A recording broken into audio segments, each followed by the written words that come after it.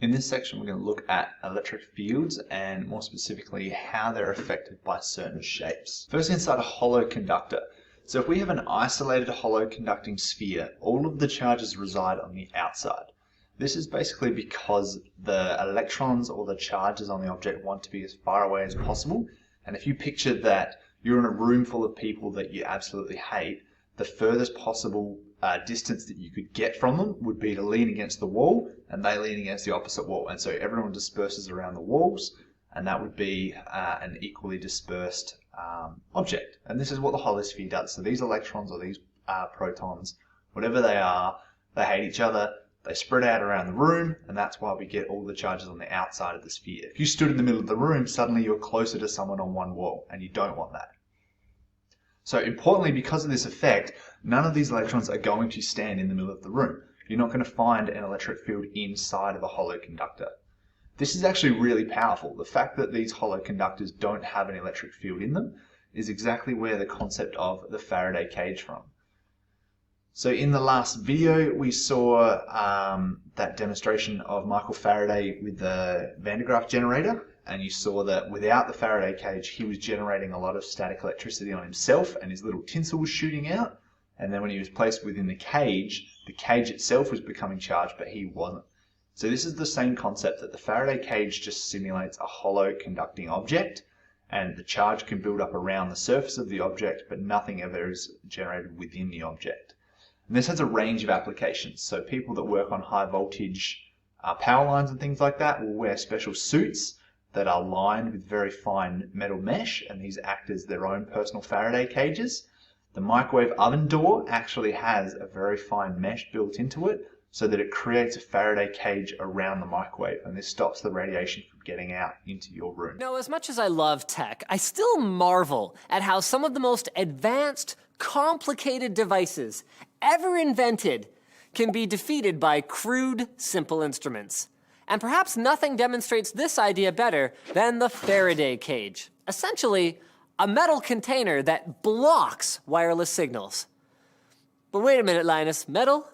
I mean, it kind of makes sense to me why thick concrete is bad for your cell signal, but wouldn't metal just like conduct electricity? Well, okay, of course, yes it does, which is why you shouldn't stand outside with a Festivus pole during a thunderstorm, but that doesn't mean that metal will allow radio waves to pass through it.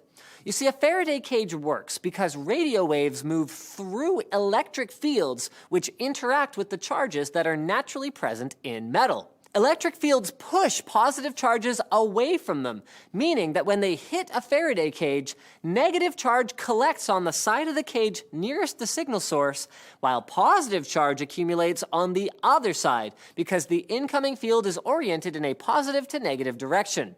Now, since the charges in the metal have now oriented themselves in the opposite direction, they produce their own electric field going the other way, meaning that they cancel each other out inside the cage and the radio waves can't pass through it.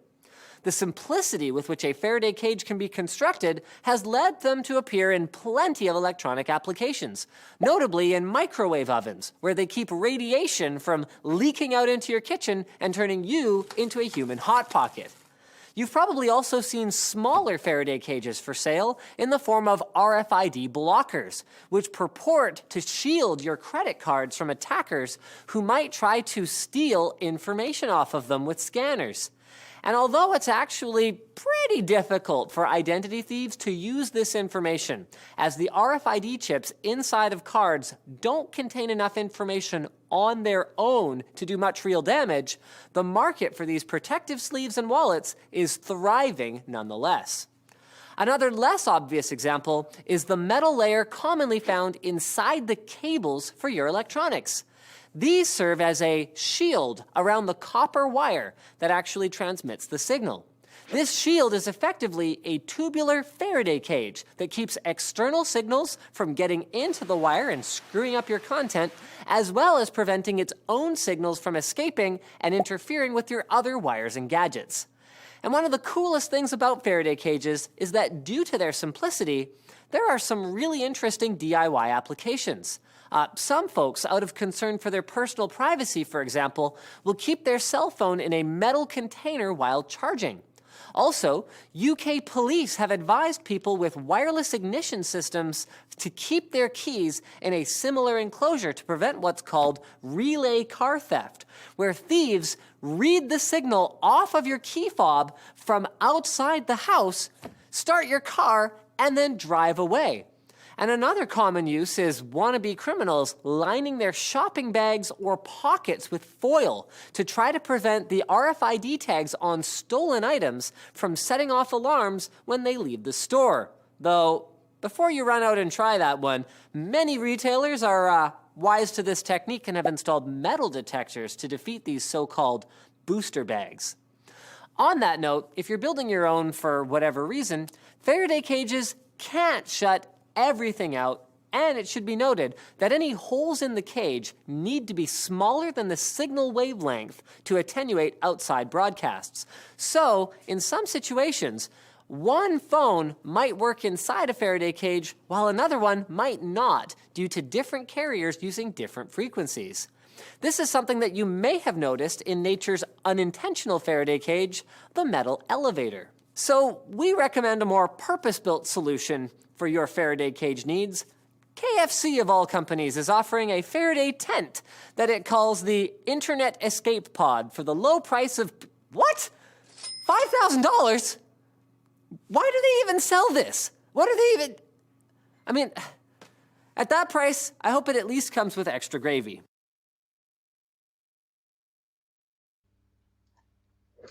So if we look at charged plates, so firstly we'll look at a single plate. So if you consider an infinitely large positively charged conducting plate, that's a mouthful. A plate that's positive, it's infinitely long, it never has an end.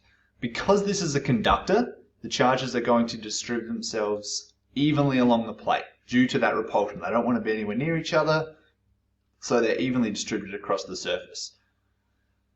If we had a positively charged conductor, then it's going to repel outwards, just like we talked about earlier with the fields. A positive field will point outwards. If we had exactly the same thing and it was a negatively charged conductor, the field would be pointing in, because it always goes from positive to negative. So this is what it looked like. We would have a uniform field across. If I was out here or here or here, as long as I'm the same distance, the field would be exactly the same. In the real world though, infinite plates are not practical. So we'll consider what happens in a real limited length plate in a minute. But firstly, if we bring a second charge plate in. So we had our original positive plate and now we add an oppositely charged plate, so a negative plate. The field lines are going to go from the positive to the negative. Because they're equally spaced, in between the plates, the fields are going to be perpendicular and it's going to be uniform field, which we talked about last time.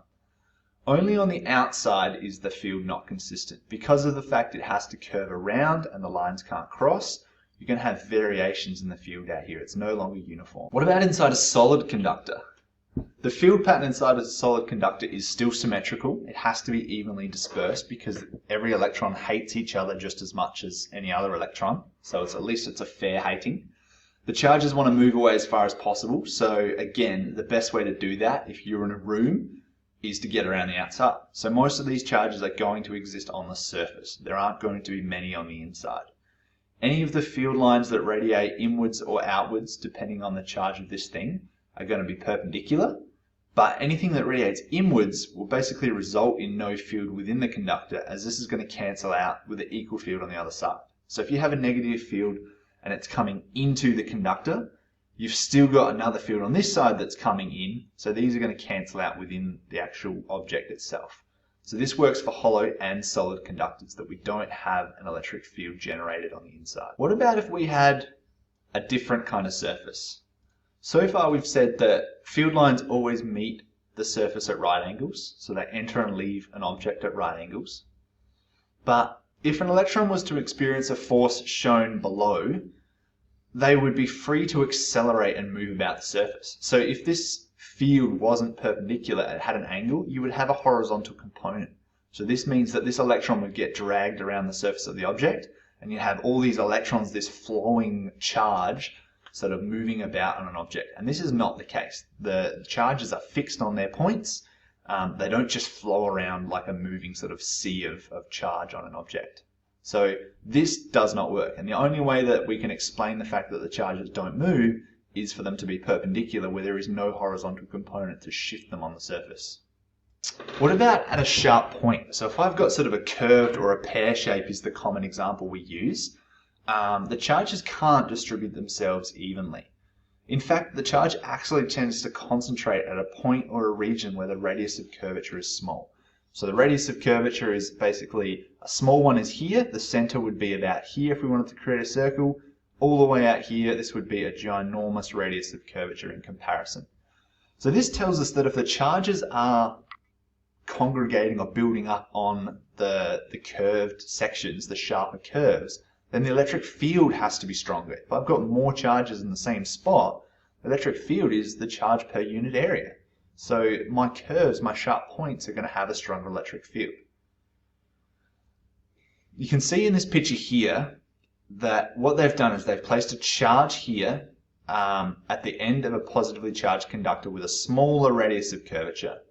It lies in between two positive charges, Q1 and Q2, and these are equidistant apart. So it's evenly distributed between them. But if we look at the principle of superposition, I combine the force on this one with the force on this one to figure out what force is acting on Q. The force is just a vector sum of the two things.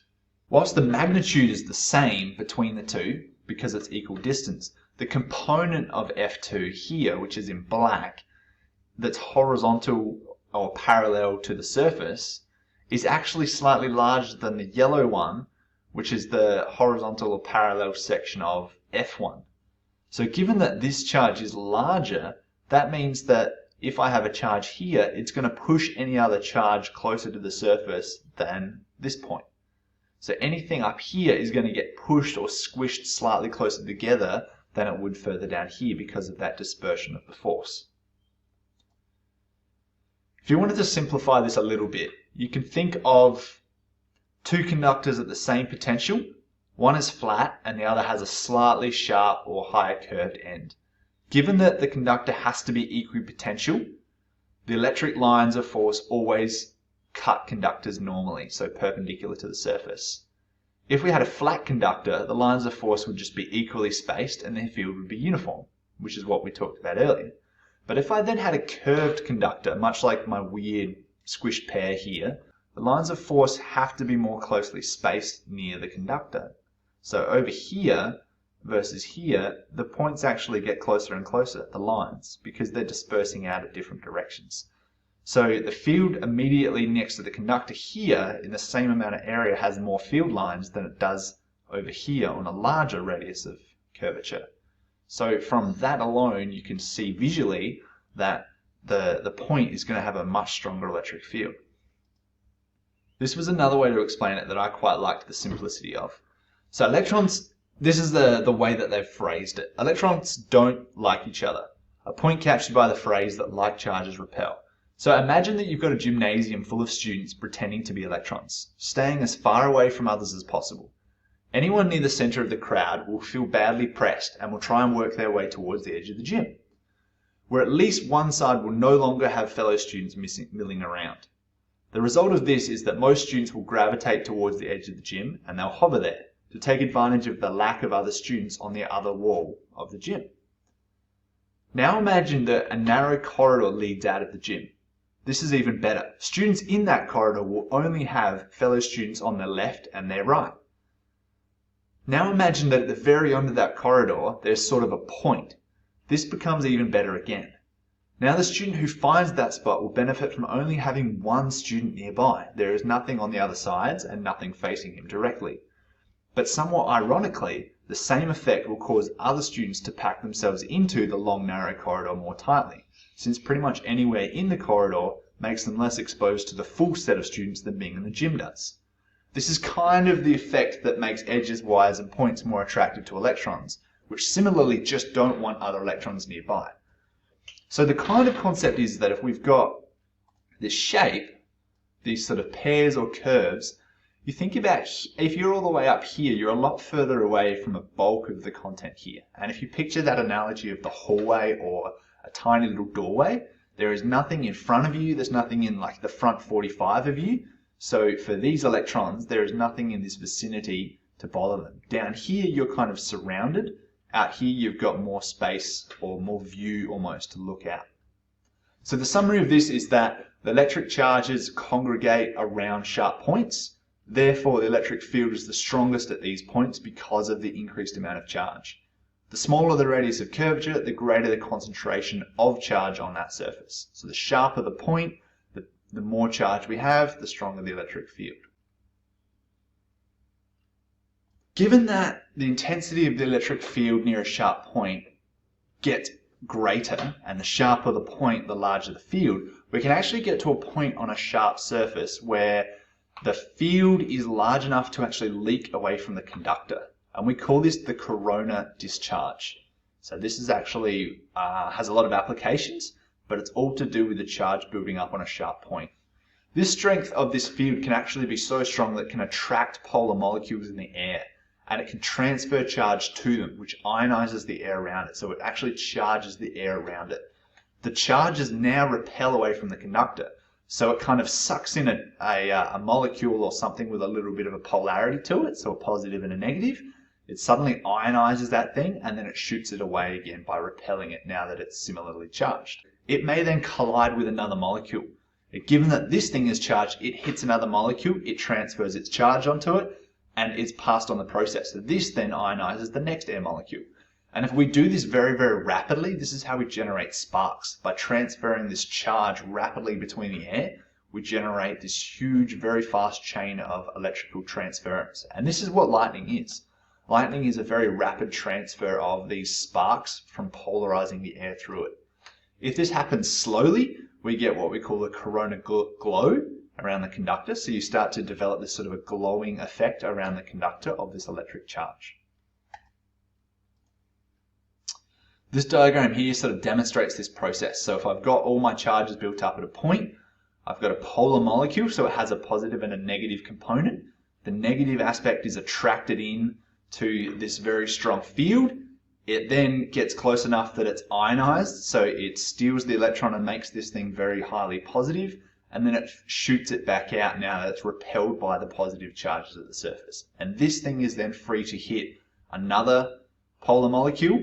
It'll do the same thing. It'll be attracted by its negative, it collides, it ionizes this to make it positive, and then they'll launch each other away again. So why is this useful though? Like, that kind of makes sense, but what's the actual application other than lightning? Well, we can actually use this in the opposite effect. We can use this to either catch lightning, or in the case of a lightning rod, we actually use this to stop lightning. So by distributing out these positive ions, we can virtually disperse the charges in the clouds, or kind of push them away so that they don't actually generate or arc across the sky near the buildings that we want to protect. So this little section here is a good little article as an example of the sciences of human endeavor on the corona discharge and the lightning rods. Another really good application in the workbook talks about how we use this kind of corona discharge in photocopiers, and there's a question in the book about that.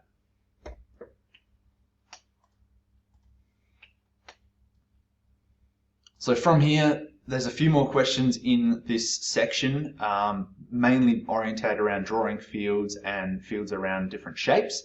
So question 15 to 20. 15 is just about drawing fields on parallel plates, on hollow conductors, hollow spheres, things like that. 16 to 18 is more about calculating electric fields again, but it's talking about finding the point where a charge may experience a neutral force between the two, so some more superposition style. Question 19 is drawing fields around the curved object, and question 20 is the photocopier question, so that's an application of this aspect. Bye, have a beautiful time.